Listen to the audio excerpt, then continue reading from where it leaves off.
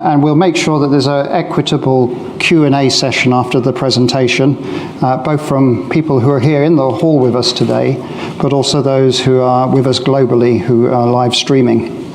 So I don't think I want to say anything more except, again, welcome back, Honourable Raila, and to invite you to give a presentation. Thank you very much for coming to Chatham House. Welcome back.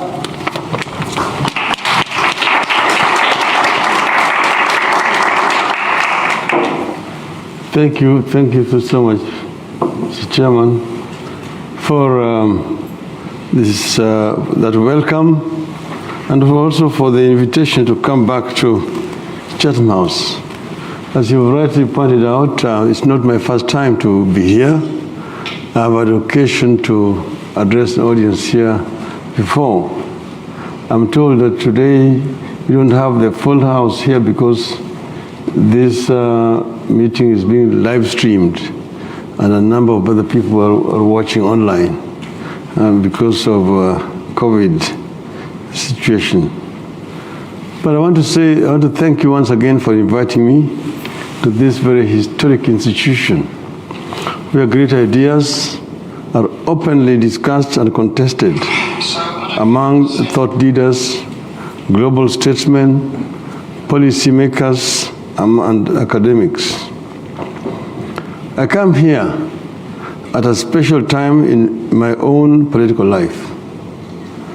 Just last week, I was nominated by the Azimio la Umoja, Kenya's largest political movement, as its candidate for the President of the Republic of Kenya. It is an honor and privilege for me to be entrusted with the opportunity, if Kenyans so decide, on August 9th this year, to lead my country at a time of great suffering in the world. And that is why discussions such as these in a forum as important as this could not have come at a better time. So thank you once again. The world is going through very uncertain times. Notwithstanding the COVID-19 pandemic, we are currently faced with a crisis in Ukraine that is sending thousands of people into neighboring European countries as refugees. The Ukraine crisis, like the COVID-19, is a global phenomenon. The United Nations needs to urgently take leadership in finding a solution through diplomacy and dialogue already initiated in recent discussions in the Security Council. And Kenya has taken a very firm stand on this issue. In Kenya, we stand to lose about 10 billion Kenya shillings worth of exports to Russia as a result of sanctions. That is about 100 million US dollars. We export coffee, tobacco, coffee, tea, spices, live trees, plants, bulbs, roots, cut flowers, edible fruits, nuts, and melons to both Russia and Ukraine. In 2020, we imported wheat, maize, and fertilizers worth about 406 million US dollars from Russia. This might be equally adversely affected by the sanctions and the disruptions of war at a time our economy can hardly afford such a stress. We in Kenya know too well the cost of war as a result of the conflicts in our neighboring countries. Our interventions in Somalia, necessary as it is, has been very expensive to us. It is estimated that we spend at least 2.8 million US dollars per personnel costs alone, on personnel costs alone. As the African Union High Representative for Infrastructure Development, I have come to deeply appreciate the need for linking countries through infrastructure to promote trade, development, and peace. We would rather use the little money we have in financing development than in fighting wars or supporting peacekeepers in our war-torn neighbors, necessary as this has become. As the 5th President of the Republic of Kenya, and as a champion of democratization and good governance in Africa, I will give primacy to the pursuit of conflict resolution and continental peace within the framework of the African Union. In this regard, we in East Africa are proud of the progress in the East African community, which has now expanded its membership and which now stands at 7. Kenya, Uganda, Tanzania, Rwanda, Burundi, South Sudan, and the Democratic Republic of Congo, which is now the latest entrant. This now creates a landmass that spans from the Atlantic Ocean to the Indian Ocean. In the middle of COVID-19 pandemic and its impact on our economies, the world needs multilateralism more than ever before. We saw the need for multilateralism when the COVID struck. The real scandal about the global response to COVID-19 has been the vaccine inequity, or what has been called vaccine apartheid. Because of the international outcry, these inequities are now being addressed. I want to personally express my appreciation for countries, especially the UK, Europe, and the US, for addressing vaccine shortages in Kenya and in Africa. However, we need a more structural solution to vaccine inequity to avoid the recurrence of what has happened with COVID. Vaccine manufacturing capacity in Africa is urgent, as is the licensing of vaccines for local production to expedite the vaccination process continentally. And here we are happy that Kenya has now signed an agreement to be able to have vaccines produced locally in Kenya. Multilateralism will also save us from senseless conflicts like the one we are currently witnessing between Russia and Ukraine. I must say that wars of aggression against sovereign states violate the cardinal principles of sovereignty and the inviolability of borders of a state. In Africa, we long realized that reopening grievances over colonial borders would append us all. It's a Pandora's box that must never be touched. And that is why the African Union, and before it, the Organization of African Unity, has stuck religiously to the international law principle of uti possidetis juris. It provides that newly formed sovereign states should retain the internal borders that their preceding dependent areas had before their independence. Kenya's position at the United Nations in full support of the immediate cessation of hostility by Russia and a search for common peace, which has found widespread international support. Even though the sanctions imposed on Russia by the West will hurt the economic interests of Kenya and Africa, they are actions that I support. Rather than beat the drums of war, let us ring the bells of peace and summon all and sundry to the round table where all conflicts can be resolved through dialogue. It is in this spirit of dialogue that His Excellency President Uhuru Muigai Kenyatta and I resolved in March 2018 that Kenya's long-standing conflicts and disagreements among our communities and political parties could be resolved through dialogue.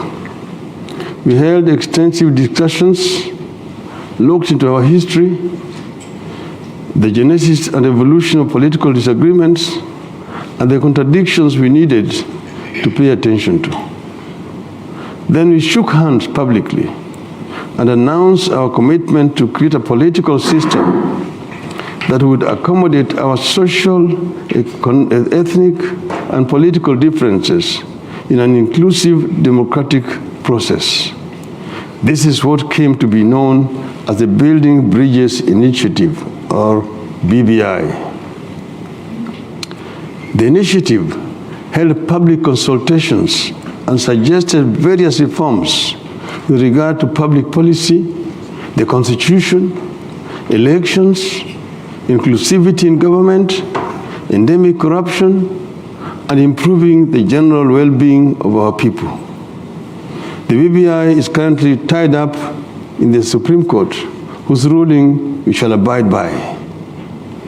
The spirit of dialogue and handshake continues in the Azimio la Umoja movement, on whose ticket I'm seeking to be the president. Azimio is a broad national democratic movement which puts premium on our national unity, inclusive development, and transparent and accountable use of public resources. I am convinced that our Constitution still needs some reforms. For example, a candid look at the relationship between Parliament and the Executive is urgent. The 2010 Constitution introduced a devolved system of government that has brought tremendous changes in the governance and distribution and the use of public resources at the grassroots. Devolution is here with us to stay. We can only make it better through higher allocation of the national budget to the counties. The Constitution stipulates that at least 15% of the budget should be allocated to the counties. We in Azimio la Umoja coalition propose that the allocation be raised to at least 35% of the national budget. I will pursue this proposal. I have always believed in the dictum that a central government does best when it governs least at the local level. Good. Article 43 of our Constitution guarantees Kenyans basic social and economic rights such as education, health, food, water, housing, and social security. I will purpose to implement this very important article. The COVID-19 pandemic has left our economy struggling. I intend to radically shift focus to supporting the micro, small, and medium enterprises and give them resources for scaling up and fill gaps emerging from the pandemic. I also plan to provide a supportive regulatory framework, including providing linkages with the formal and private sector and public sector so that the micro, small, and medium enterprises can thrive. I plan to increase the agricultural productivity by providing inputs to smallholders in addition to farm subsidies to farmers to enable us to produce for consumption and export. In the long term, I plan for the Azimio to prioritize an industrialization policy that is export-minded and that allows the private sector to drive the export agenda. I will support the private sector to lead a shift from exporting raw materials and agricultural produce and venture into industrial manufacturing with the eyes on the international market. We will continue to expand the frontiers of quality public education and also pay more attention to skills-oriented education at the basic level to prepare students for productive work when they do not pursue higher professions at college and above. The current government has done a great job with regard to universal health coverage. My government will take up from where the Jubilee government has reached and eliminate the difference in terms of quality and cost between the public and private health facilities. Universal access must be universal access in word and in deed. I intend to improve health knowledge and awareness among our people so that family, community, and preventive health care are part of our healthcare infrastructure. I also intend to establish an institute for biotechnology and genetic engineering in Kenya so as to enhance our domestic capacity to develop vaccines and pharmaceuticals. Social protection will be central in the delivery of social services to the poor and indigent under my government. I told our citizens that our major reason, I hope that one major reason that I hope to be their leader is to help lift the extreme poor and vulnerable families so that they can access the basics and later support themselves. We will also mount serious war on corruption and unveil fundamental reforms to the structure of our economy. Much has been said about Kenya's indebtedness. Kenya is now approaching US $100 billion in public debt. This puts Kenya in the group of the most indebted, debt-stressed middle and lower income developing countries, now being forced into IMF credit and IMF supervised austerity programs. Such austerity programs are usually implemented in the sole interest of satisfying the debt repayment at the expense of people's livelihoods. You have no choice in the matter. We will have to seek the indulgence and cooperation of our development partners to renegotiate our debt. I will also audit our debt to establish its actual size. We acknowledge that even our troubles with the debt are in the part caused by corruption, kleptocracy, and state capture. We will mount a serious war on corruption. Corruption, as it manifests today, is a global phenomenon. We need a new global partnership around this critical issue.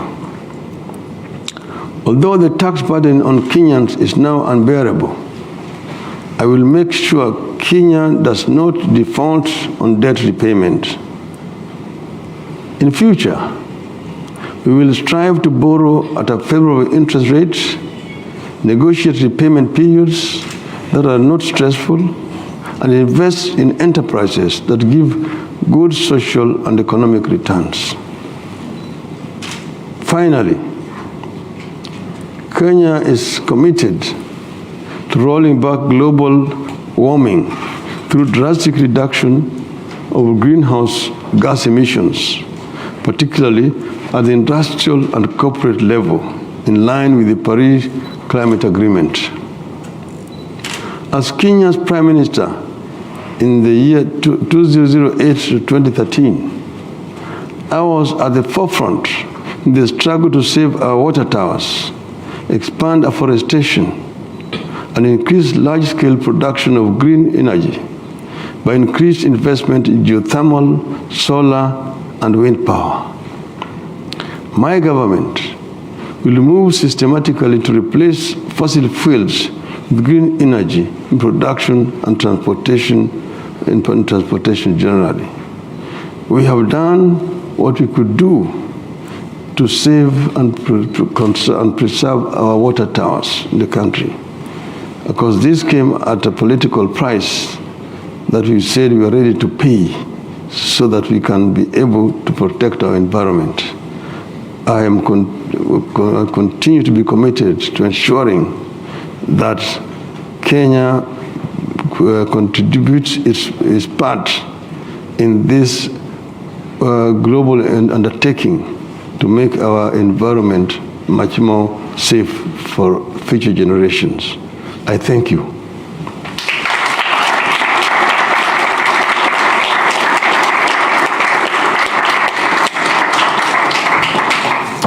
Thank you very much, Right Honourable Raila Odinga, for laying out your vision for Kenya if you get elected president in August. We have plenty of time for Q&A, so the hands are already going up. Just a reminder to those of you that are live streaming with us, if you're on Zoom, you can indicate that you want to ask a question. Either send your question in, and we'll also try and unmute a few of you to give you that opportunity to ask the question live. My apologies if you are on our live stream and not on the Zoom platform, you're not going to be able to ask a question, but I hope you're enjoying what you're seeing, and do tweet if you want to. So let me go across the room now, and the hands are up. So I'll take a cluster of questions. Honourable Raila, the gentleman there. Yep, you sir, please introduce yourself and ask your question. Just one question, please, because we're going to get plenty. Thank you very much, Right Honourable Raila Odinga. My name is Fred. I teach political science at King's College London. And who you are? My name is Fred. I teach political science at King's College London. And my question is regard to your program for the middle class in Kenya, because your opponent, William Ruto, has this bottom-up approach about the poor. You also have this welfare program for the poor, but nobody's talking about the middle class in Kenya who have to bear the taxation to take care for this program. So what exactly are you going to do for the Kenyan middle class in terms of improving their welfare? Thank you. Okay, don't worry, we're going through the room. You, sir? Yeah. Afternoon. My name is Julius Baluto. I'm a broadcast journalist here in the UK. Prime Minister, my question focuses on the youth and the future of... Julius Baluto. Okay. Go ahead. Yeah, my question focuses on the youth in Kenya and the future. Prime Minister, a lot of developing countries, they do have what we call innovation hubs scattered across, whereby if a child has a brilliant idea, they take it there, and then government kind of supports that to keep innovating. I know Kenya is very innovative. With the M-Pesa, for example, is taken, money transfer to the next level in Kenya. What are your programs like when it comes to help youth in terms of innovation? Thank you very much. And let's get right over, but one question, please. Yes? Guaranteed? Yes. Okay, go ahead. Nice to see you again. Thank you, Right Honourable. Welcome back to London. My question is regards to your agenda. My name is Wekesa. I also teach at King's College London. My question regards with your agenda point number 10, and that's you speak about administrative continuity, and you've touched on corruption. Your brother, President Kenyatta, admittedly that he couldn't do anything about corruption. And you've been at the forefront of condemning corruption from saying Kenyatta stole the Eurobond. I wonder, what will your government do if you're going to continue with the same administrative in terms of fighting the same corruption with regards to the Panama Papers, the Pandora Papers, the KEMSA COVID billionaires? Like, what's different are you going to do? And does administrative continuity mean also inheriting the lethargic fight against corruption? Thank you. Thank you very much. We're going to take those three and then we'll come back. So I'll do another round in the hall, and then I'll go for a live stream after that, and then I'll come back to you. Please go ahead.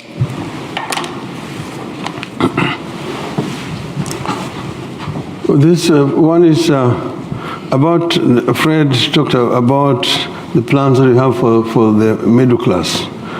Of course, as you see, there's been a lot of emphasis on the underprivileged class, which is the poor. The middle class, of course, know very well how to look after themselves. But they are not people who are looking for the very basic requirements like basic shelter, food on the table, and so on. middle class are looking for example, affordable housing in terms of shelter. They're looking for good schools for their children, which is affordable, the lowering cost of living generally, ensuring that food is basically available and reasonable.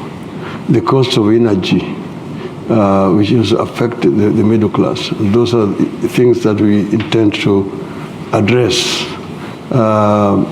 making sure that the transport system is working in urban environment, and also basically urban transport is working properly. I mentioned the cost of energy and so on. So those are issues that we are actually addressing in our manifesto comprehensively, which will ensure that the middle class grows. We want to grow the middle class. What we have said is that you don't deprive those who have in order to empower the poor. And like the emphasis has been made in what they call the bottoms-up approach. We are saying that we create a conducive environment for upward social mobility to allow as many people coming to rise up and join the middle class and the upper classes. This is what we're intending to do. The youth innovation, yes, our youth are very vibrant and very creative indeed. You just mentioned the example of the M-Pesa. We are the ones who invented the mobile money, which we've given to the world. Unfortunately, the inventor himself did not really benefit from the product of his work. We've said that we need to be able to protect intellectual property of the youth. They make inventions, they are protected so that they can be able to benefit from what comes out of their work. That itself will create a lot of incentives to promote the youth to be more creative in inventions in our country. Okay. This is, intellectual property. Mr. Wekesa, I've said yes, that we will continue the positive work that have been done by the government of President Uhuru Kenyatta. I've never said that we are going to inherit the negative things. There are seven negative things that Uhuru himself has actually admitted. He said that, for example, the government loses close to 2 billion shillings daily into corruption. He is, of course, felt very much unable to deal with it. The reason is because he's got a divided government. Is being undermined from within his own government by his deputy, who is basically an opposition inside the government. And therefore, any fight against corruption is politicized. If anybody is investigated by investigative authorities and is arrested or being charged, there's always the cry that, oh, so-and-so is being targeted because he's my supporter. So-and-so is being because he's my supporter. So they cannot really fight against this corruption internally because of internal contradictions within the Jubilee government itself. I do not have that kind of baggage myself. I'm coming in there with clean hands, and people know me. Remember when I was Prime Minister, at the time when I actually suspended 2 ministers because of investigations which had been carried out and pointed to those ministers. Unfortunately, because of, at that time, the internal divisions, the government, They were saved by my partner at that time. But you say that nobody will be indispensable in the government. And if you want to really carry out a successful war against corruption, then you just begin yourself. If any member of your family is caught in this, you must ensure that action is taken against them.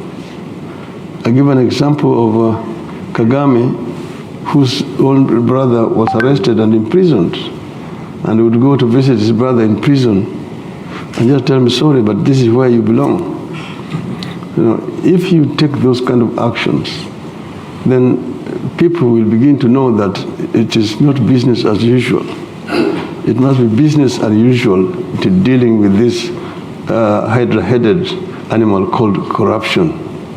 And there will be a determination to do it. But it is not only in the field of public servants and so on.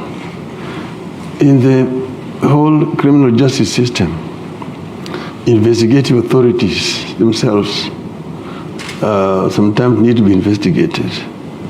Prosecutorial authorities who refuse to prosecute once evidence has been compiled by those who are investigating, then you find that the Directorate of Criminal Investigation, prosecution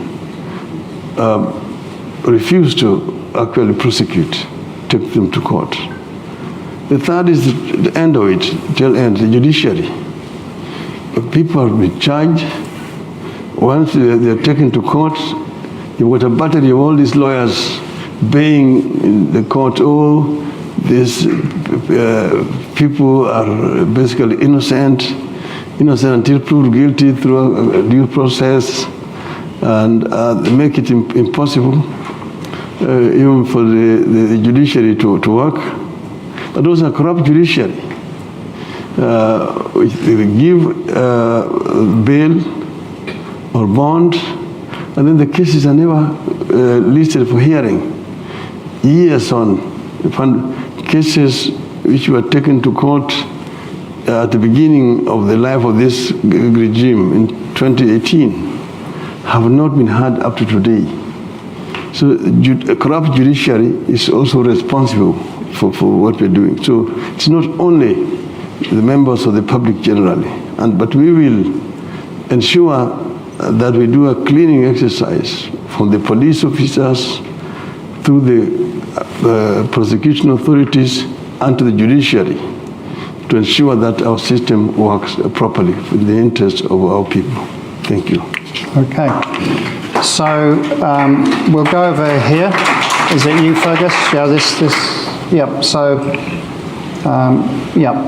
Mark, go ahead. Yeah, please introduce yourself. Some people won't know who you are. Mark Malloch Brown, former Africa Minister and President of the Open Society Foundations. Honourable Raila, it probably won't surprise you that I'm going to ask about how you ensure there is an honest election. Having been with you as Africa Minister in 2008 when we feel you were cheated at the right outcome, having seen the dismal conduct of the last election in terms of the vote count, how will you ensure when you're running against a well-funded, ruthless partner, how will you make sure that the honest election takes place, which allows the candidate with the most votes to win? Thank you very much.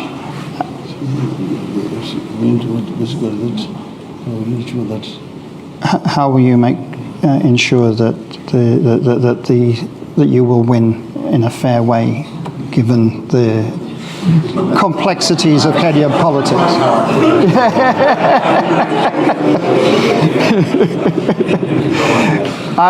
We've had so many questions on this particular issue. Both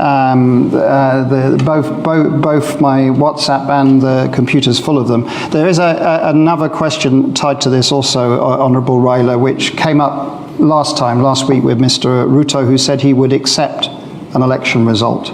So the question to you is, will you accept an election result in Kenya? Let's go here. This gentleman right at the front. Yeah, thank you very much. My name is Moses Langat. I work at Kew Gardens and also teach at the University of Surrey in Guildford. Can you just speak up a bit, please? Yep.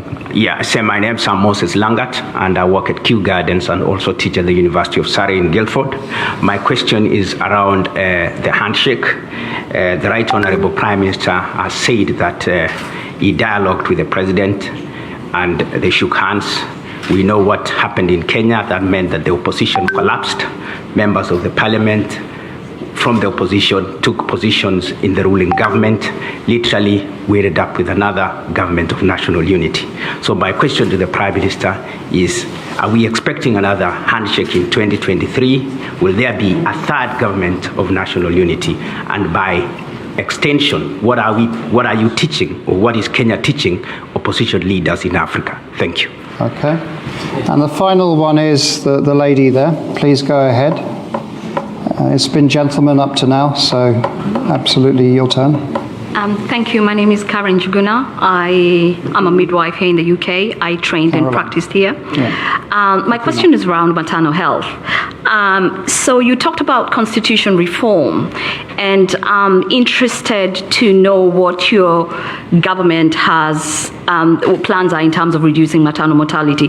As you know, maternal mortality, reducing maternal mortality is a global agenda, and we commend Beyond Zero for the work that they've done in almost bringing to the front the plight of the African woman through childbirth. So, and we know that at the moment in Kenya, unsafe abortion contributes to 35% of maternal mortality. So I'm interested to find out how you will build on the work that has been done by Beyond Zero, but in particular, do you have any reforms in terms of having policies, looking at the policies around abortion? They're very much pro-life at the moment, but I think that we cannot address maternal mortality in Kenya without addressing unsafe abortions and the complications that come from that. There you go. Plenty of questions. Yes,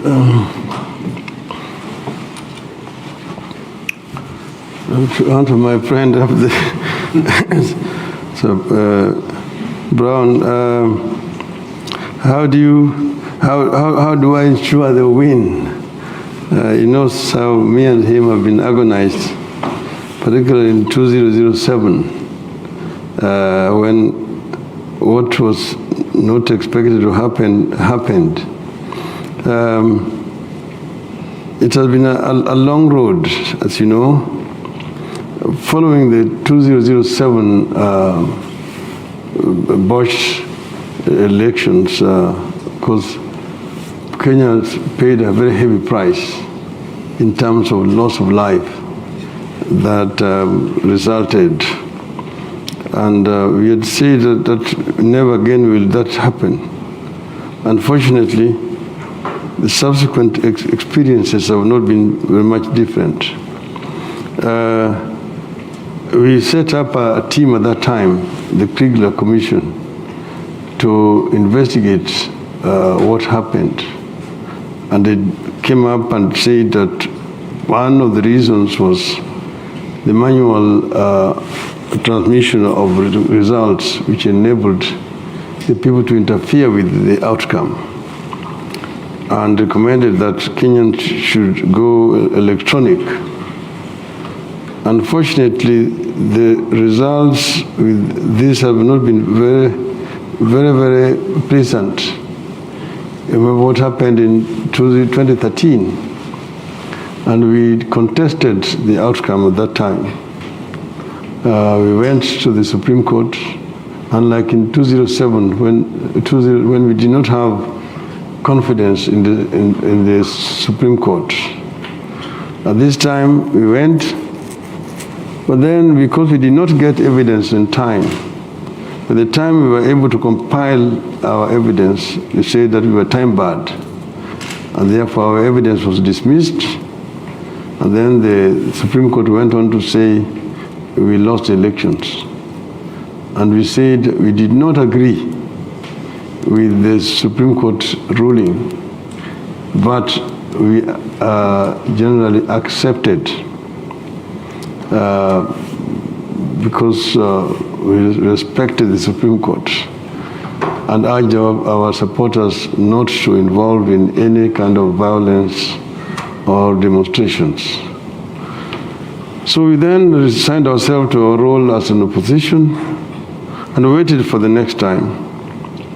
And then the next time came in 2017. Again, we had a similar experience and went back again to the Supreme Court. This time the Supreme Court agreed with us and nullified the presidential elections.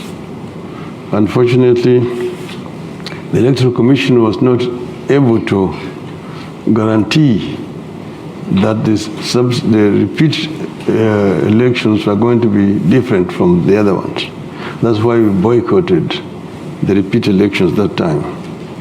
We are hoping that this will not happen this time around, but we are, of course, monitoring the Electoral Commission, and we have actually pointed out areas of our concern that we want them to address to ensure that the process is free and fair. And we have actually said that if this is free and fair, and we win or we lose fairly, we will accept the result either way, as long as it's free and fair. Then Moses is talking about that the handshake basically destroyed the opposition. I just want it to be understood properly that the handshake came as a result of the crisis that was in the country at that time. The Supreme Court had nullified the elections. We had demanded that the playing field be leveled before we participated. That was not done. In the end, of course, we called for a boycott of the repeat, and the turnout was, of course, very, very low. But then they went on to now swear the president on its own, which angered our people. We called for boycotts of certain products in the country. We also called for positive action, that is demonstrations, peaceful demonstrations, which were taking place on a weekly basis. This, of course, was causing clashes between our supporters and the police, and a lot of lives were being lost. There was a time when we went to a place called Ligindogo with 38 coffins of victims of bullet shots by the police. Another time we went to the mortuary and we got 27 corpses, again victims of the police brutality. Quite a number of our people were in hospitals, in different hospitals in the country with bullet wounds. So it was causing a lot of losses of lives, pain, and also to the economy, because the demonstrations were basically disrupting the business. Now some of our people have said, we basically declare our sovereignty and run our affairs. In the midst of this, because people, we had accessed the real results of the elections, we did the swearing in. And so now you are the president and the people's president. And people said, let us now take all the portraits of President Kenyatta in all the public buildings, in our strongholds, keep them somewhere, touch them, and declare our sovereignty and begin to collect taxes and run our affairs. On the other hand, the supporters of Mr. Kenyatta went and told him, what Mr. Odinga has done is treason. Let's arrest him, charge him with treason, take him to committee and hang him so that peace comes back to the country. Both ways, Mr. Kenyatta refused, and I also refused. It is under those circumstances that we agreed to meet and to dialogue. And it took a very long time until we basically agreed that Kenya was bigger and more important than both of us. And we agreed that we would work together to ensure that never again will Kenyans go to the ballot and we end up with violence that has been the case before, and that will ensure that the elections are free and fair. And we agreed to shake hands and came up with a memorandum of understanding that was aimed at creating the enabling environment. That is what eventually resulted in what was called the Building Bridges Initiative in our country. So opposition did not collapse, to answer you. We did not go into government, unlike the propaganda being spread by our detractors. We remained very much in opposition. Our party in parliament was doing what is done in this country, what you call Her Majesty's loyal opposition, where you do not just propose for the sake of proposing, but oppose and also offer a constructive alternative as to what you are opposing. This is what has been happening in Kenya. There have been fallacious theories that, oh, you've got opposition in government and government in opposition. Nothing could be further from the truth, because that so-called government in opposition is living in officialdom. The deputy president, when he came to this country and the United States, he spent over $1 million US dollars in taxpayers' money to bring that entourage out here. He's traveling with government security. Everything is done for him officially. I have to pay my airfare to come here. And with all the people you see who have come here, none of them has been paid for by the government. Unlike him, he traveled with official government, security, and so on and so forth. So it cannot be an opposition, a government in opposition. I don't know if that kind of term exists anywhere. Finally, Caroline, yes, maternal mortality. This is an issue of serious concern to us.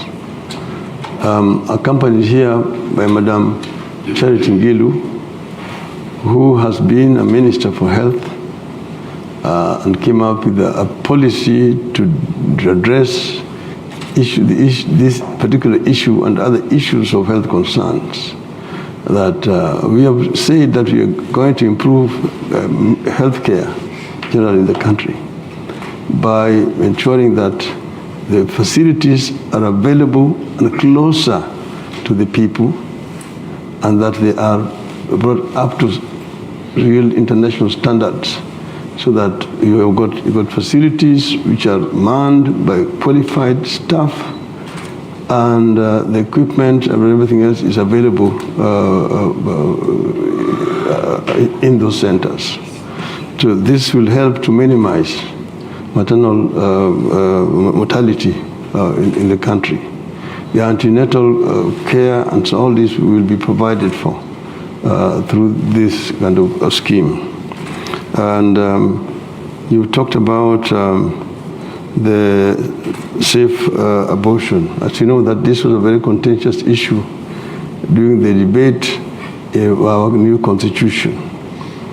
But our constitution had provided that in cases where the life of the mother is threatened, then the doctors are actually entitled and allowed to terminate the pregnancy.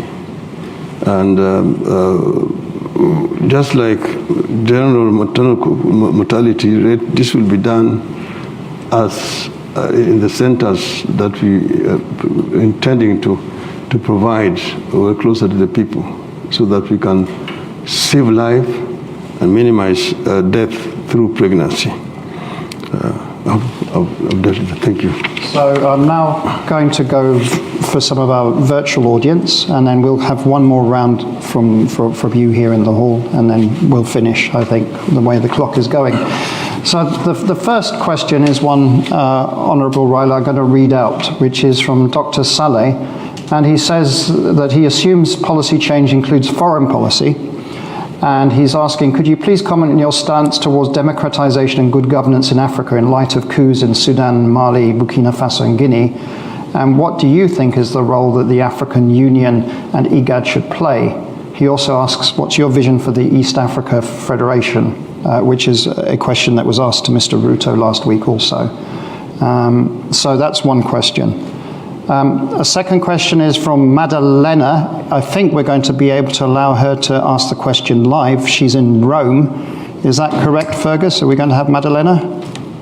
Yeah. Yeah, Madalena, great. Please introduce yourself, ask your question. Thank you very much. Yeah, thank you. Thank you very much. Thank you all. I'm Maddalena Procopio. I work for ENI Energy Company. I'm based in Rome.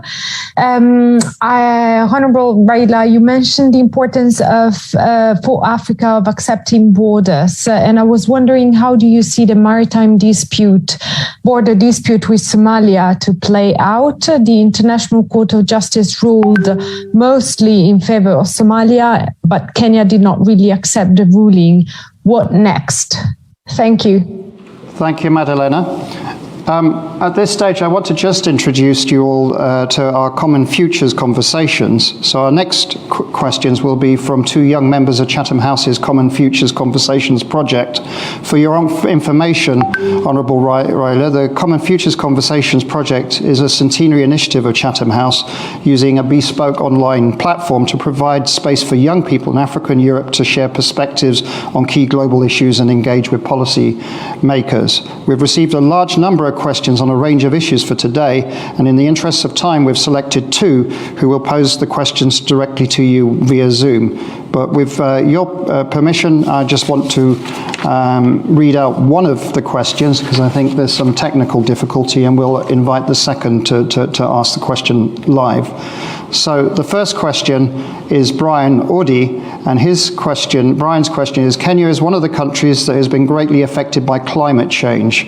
We can see the effects of frequent droughts and floods all over the country. What are your plans to fight climate change in the run-up to COP27 and beyond? So that's one question. And then the second question is from Mikiel Nyamweya. So, Mikiel, we're going to ask you to ask your question live. So, Mikiel, please ask your question. Thank you very much for this opportunity. My name is Mikiel Nyamweya, and I'm a foreign policy analyst and a CFC member based in Nairobi.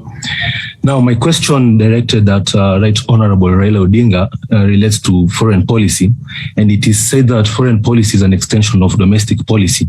Now, we see that foreign policy under His Excellency, the President Uhuru Kenyatta, has been seen to be assertive and pragmatic during his tenure as president. Now, in the previous event held by Chatham House, His Excellency, the Deputy President William Ruto, actually pointed out on galvanizing peace amongst Kenya's neighbors, especially Somalia, Ethiopia, and South Sudan. This may now hint at the fact that he may have a more, regional outlook. Now, in this case, knowing very well that foreign policy changes with change in heads of state due to personality, what is your foreign policy agenda? Will you sustain the assertiveness displayed by Kenya's foreign policy over the last 8 years in your capacity as the individual actor in foreign policy that is, or is the same likely to undergo a sharp reversal? Thank you. Thank you, Mikiel. So 2 foreign policy questions, basically, and one on climate change also.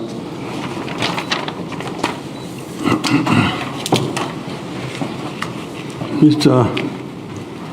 Salah talked about African democratization process. That's correct. We have ourselves have been involved in this democratization process on the continent. As I said at another forum earlier today that I'm a Pan-Africanist and an Afro-optimist. And I say this as opposed to Afro-pessimist. Afro-optimists are those who believe in the ability of African people to solve African problems. Afro-pessimists are those who have given up on the continent, that Africa is a lost case.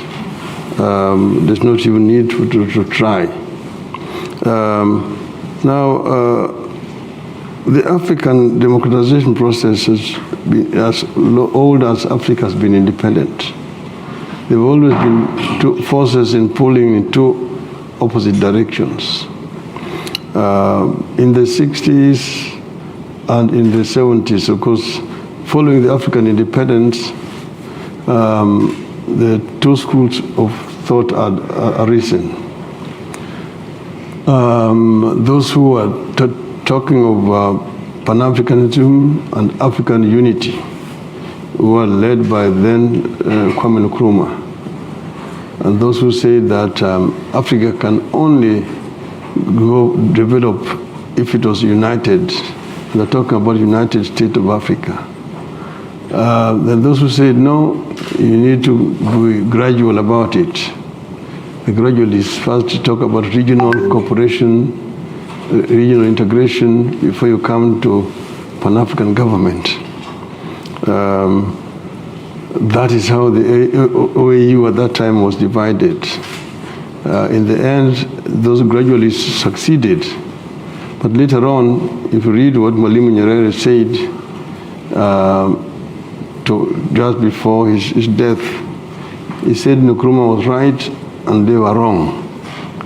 Because once the people had the flag and had now started to consolidate power, the urge for unity disappeared. And it has become more and more difficult to unite at that time. Now, during the Cold War, of course, the West was very happy to protect African dictatorships. The issues of internal governance was not of priority at all. So long as you say that you are an ally of the West in the war against communism, nobody cared how you ran your affairs in your own country. That's how we created the dictatorships like Mobutu Sese Seko's,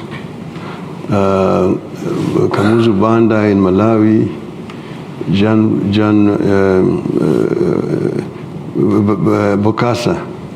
Del Bokassa of Central African Republic, and so on. Military coups then became order of the day in the continent.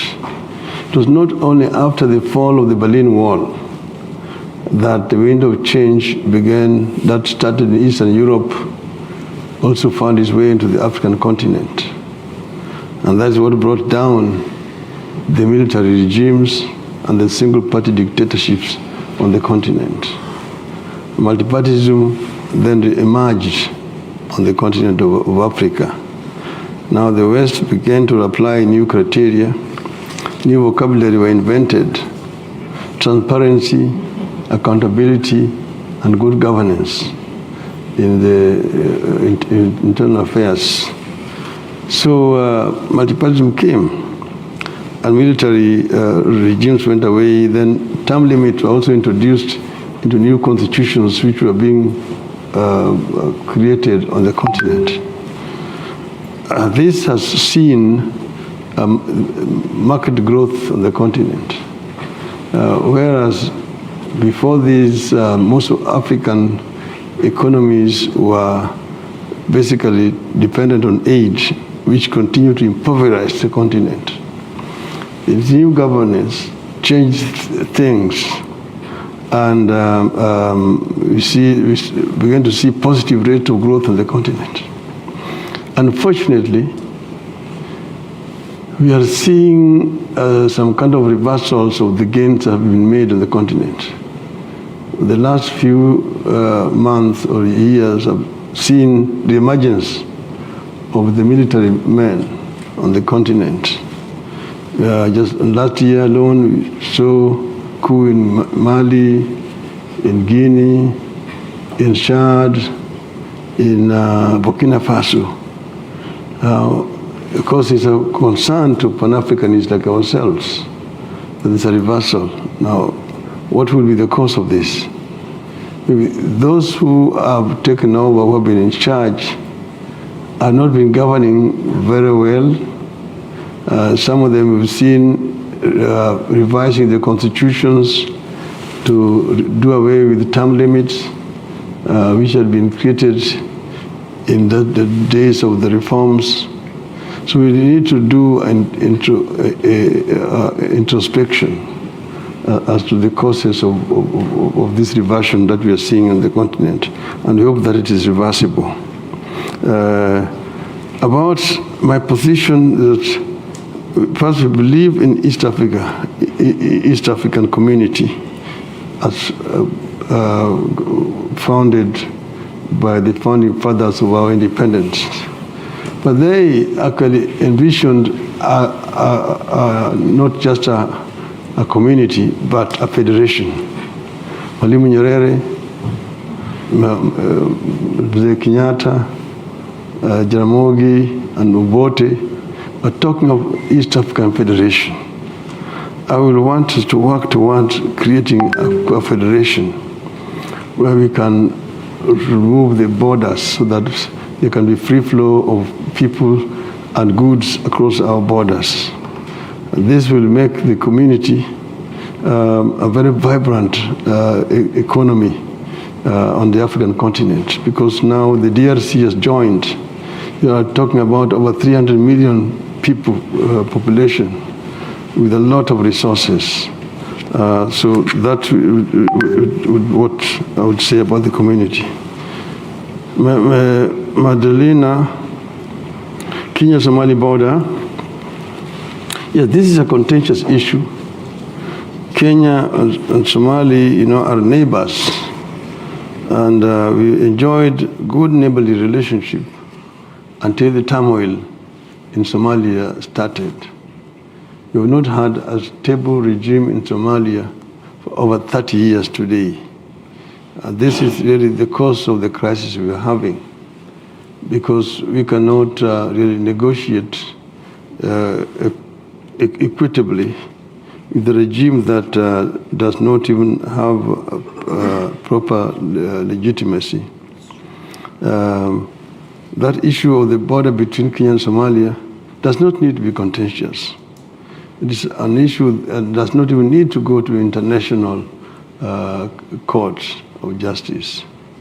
It can be dealt with within the context of either East Africa or the African Union, and a amicable solution can actually be found to that problem. So I intend to pursue that option and find a peaceful solution to that dispute between us and Somalia.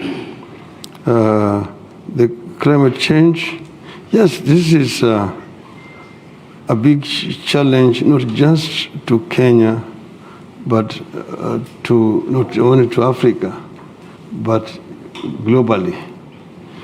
Africa, of course, is more of a victim than the offender in this regard, because our emissions are very negligible compared to the big offenders in Europe and in Asia. But we have a role to play ourselves, and we are playing this role very effectively. We've seen, for example, our policy on plastic waste, the issue of conservation of the environment in terms of our water towers, afforestation measures that we are taking, going green in terms of energy generation, because right now we are really trying to go the geothermal, solar, and wind. So we are almost nearly 80% there in this regard. So we will do everything possible to ensure that we are not in the league of offenders. Michael, our foreign policy first is to create a very friendly relationship with first our neighbors. and cooperation within the East African community. Then to also play our role in the African Union. At the moment, as you know, I am the African Union High Representative on Infrastructure Development. That has given me an opportunity to move across the continent and establish contact with leadership around the entire continent of Africa.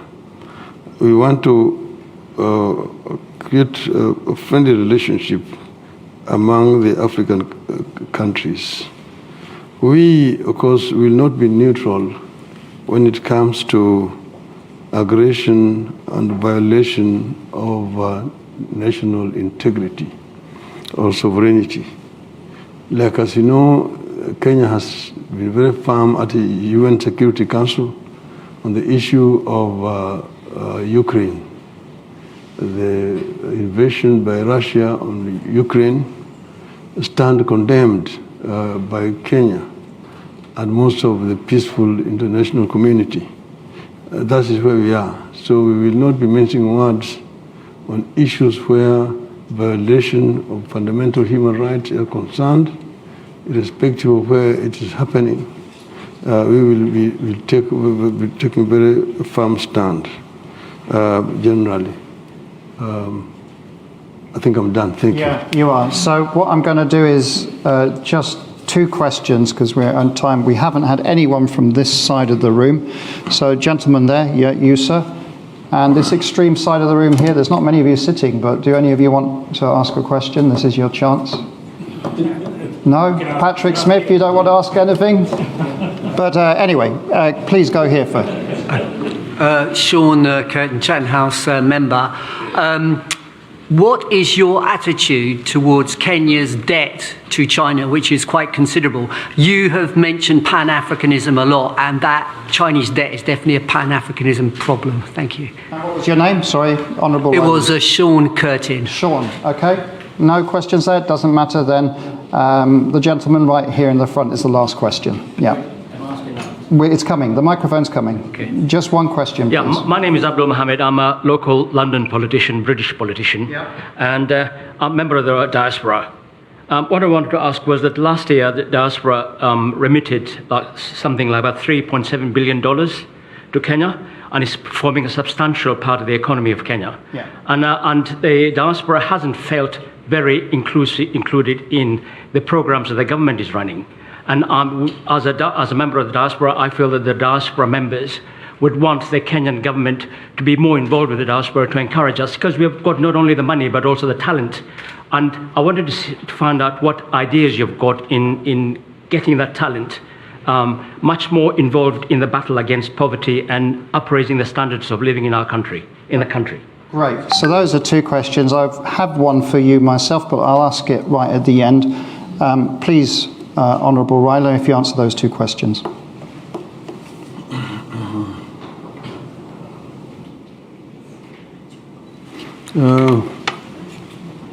First, Sean, about the Chinese debt. I think I got you right. This is the question is always asked about China and China's intentions. And I say that it's really not China, it is those who are negotiating with China. Because for a long time, it was very difficult for African countries to undertake certain major infrastructural development because of lack of capital. And when at that time they were all just dependent on the West, particularly Bretton Woods institutions, the World Bank, the IMF, and bilateral donors at that time. Most of African countries were not able to undertake major infrastructural development like highways, ports, airports, irrigation schemes, and so on. So China came in to actually fill a vacuum that was there. And obviously, of course, China is not doing it out of charity. China is also interested in Africa's raw materials generally.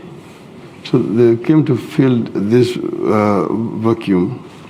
And now it really depends on how the country negotiates, because they're not applying a blanket solution or terms across the continent. It depends on how you negotiate with the Chinese. If you don't have strong, tough negotiators, they will of course impose the terms on you. If you are desperate, beggars cannot be choosers, as they say.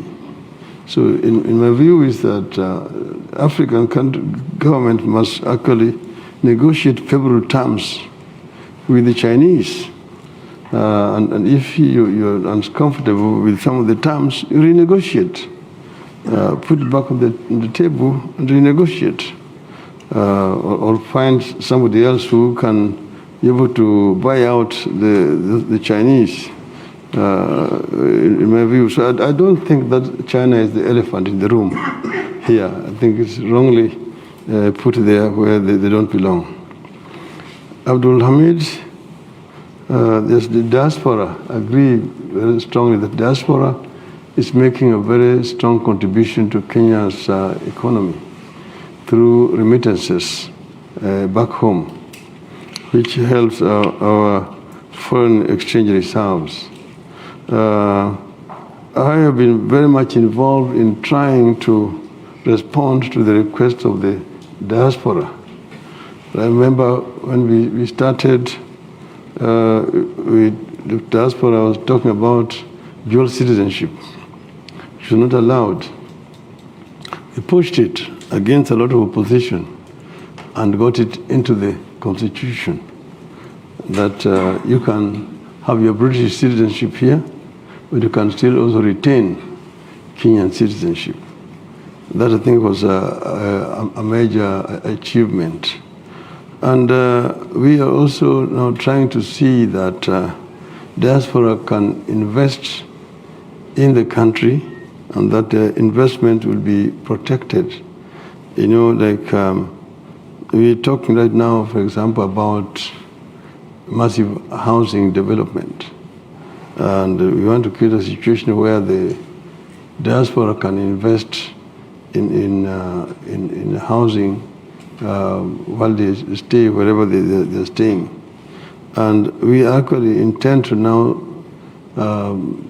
set up a desk in the Ministry of Foreign Affairs that is just going to be dealing with diaspora matters, so that if the issues were concerned can be addressed effectively and fast enough for the diaspora. And if they want to invest in the country also, they are given proper information as where the opportunities are, where they can invest back in the country. We want to enable Kenyans to just do like what they do in Israel. You see, the Israeli Americans, or whether they are here in this country, they can invest in Israel at very favorable terms. I see no reason why we cannot do that with our own diaspora back at home, because it is the investment that we require. It does not hurt anything else, it helps our economy. And therefore, we will do it. Thank you.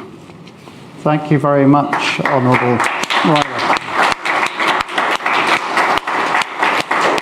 I had just one final question. You have an important meeting this evening. You're going to the Emirates Stadium to watch Liverpool play Arsenal, or Arsenal-Liverpool. What's going to be the score?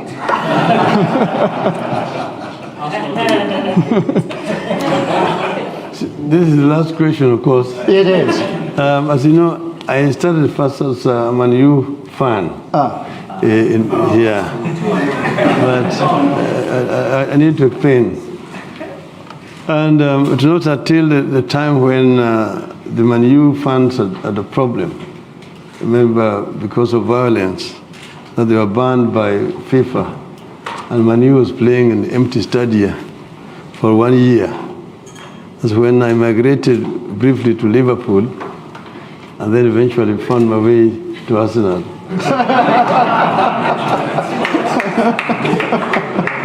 So I'm an Arsene Wenger Arsenalian, Arsene Wenger Arsenalian. So, and we are the only ones who produce the Invincibles. So tonight we have Liverpool playing against Arsenal. I know that Liverpool are really trailing very closely the leader, the Man City. But tonight I'm predicting at least 2 goals for Arsenal. Okay. I don't know how many for Liverpool. You heard the prediction first at Chatham House. Thank you very much. Thank you. Thank you, everybody, and good evening. The next meeting we have here that might be of interest to you is the Secretary General of the African Free Continental Trade Area, and that will be on the 30th of this month. Information will be sent out shortly. Thank you very much.